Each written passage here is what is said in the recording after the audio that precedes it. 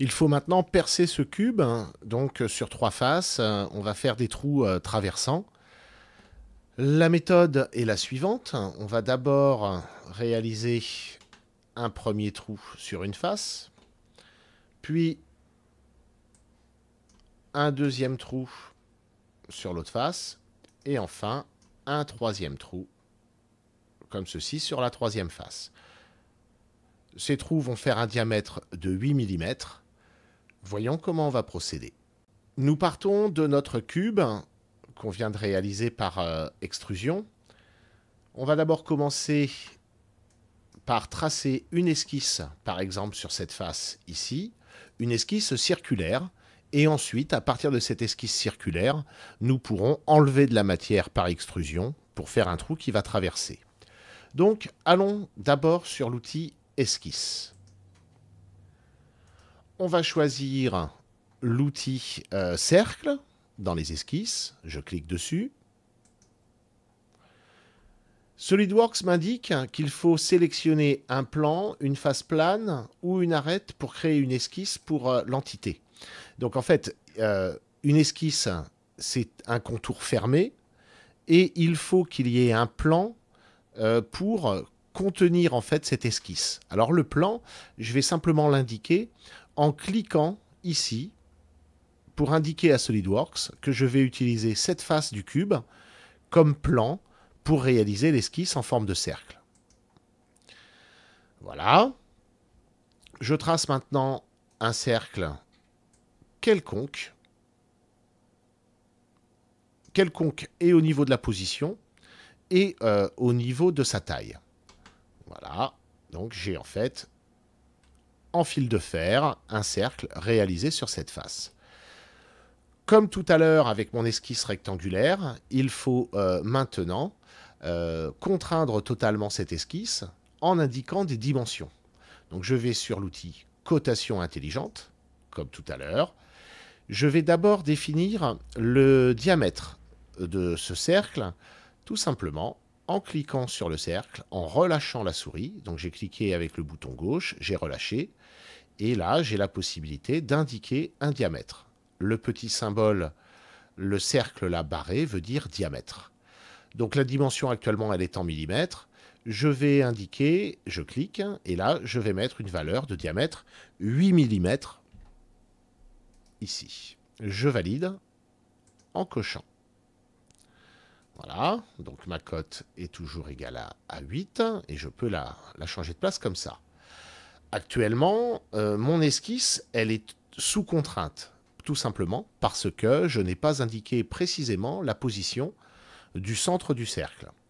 Alors, je vais aller prendre à nouveau l'outil cotation intelligente. Il est bien sélectionné. Je le vois tout simplement parce que, à côté de mon pointeur de souris, j'ai le symbole d'une cote. Donc, je clique sur le premier point de ma cote, je relâche. Je clique sur le deuxième point de ma cote et je relâche. Et là, je vais indiquer, comme je veux que mon cercle soit au centre de la face et que la longueur d'un côté est de 20 mm, je vais mettre 10 mm. Je valide en appuyant sur la touche Entrée.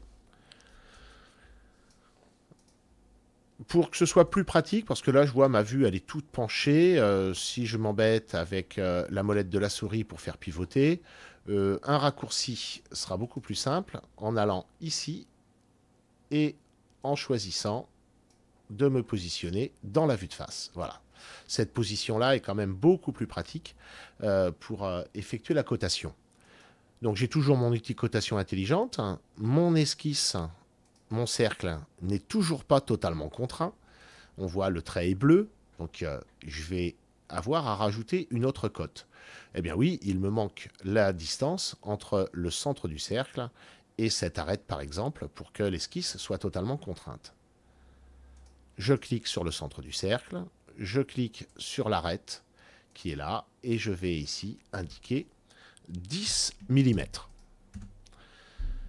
Et là, mon esquisse, elle est bien noire, tous les traits sont noirs et il est bien écrit ici, totalement contrainte. Première étape, l'esquisse est bonne. À partir de là, je vais pouvoir enlever de la matière. Pour cela, je vais dans l'onglet des fonctions en haut à gauche et je vais choisir l'outil enlèvement de matière extrudée. Je clique et si je pivote un petit peu, je vois que SolidWorks me propose d'enlever la matière définie par cette esquisse circulaire.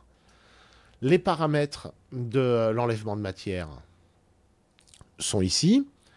Donc il me propose d'enlever de la matière sur 20 mm. Voilà, il a bien repéré, SolidWorks a bien repéré que mon cube faisait 20 mm d'arête. Je vous conseille, par habitude, si vous voulez faire un trou traversant, de choisir l'option à travers tout. Voilà. En choisissant cette option, même si vous changez après les dimensions de votre cube, le trou va continuer à traverser la pièce. Donc je choisis à travers tout et je valide. Et voilà, le trou est fait. Je vais procéder exactement de la même façon pour les autres trous. Alors je vois ici, est apparu dans mon arbre de construction, donc une nouvelle fonction, enlèvement de matière extrudée 1, et si je développe, j'ai bien mon esquisse qui est là. Comme précédemment, si je veux modifier mon esquisse, si je veux modifier ma fonction, je fais un clic droit. Voilà. Donc je vais faire exactement de la même façon les deux autres trous. Alors j'accélère pour aller plus vite. C'est exactement la même chose. Le principe c'est je crée une esquisse de forme circulaire avec l'outil esquisse cercle. Je la contrains totalement en indiquant le diamètre et la position du centre du cercle. Et ensuite, je fais enlèvement de matière extrudée. C'est parti.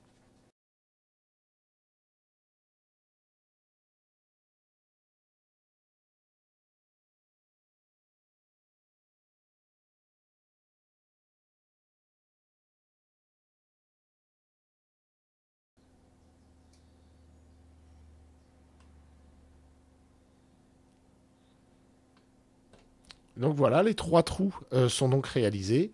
Et je vois apparaître ici dans mon arbre de construction donc les trois fonctions. Chacune de ces fonctions correspond donc à un trou.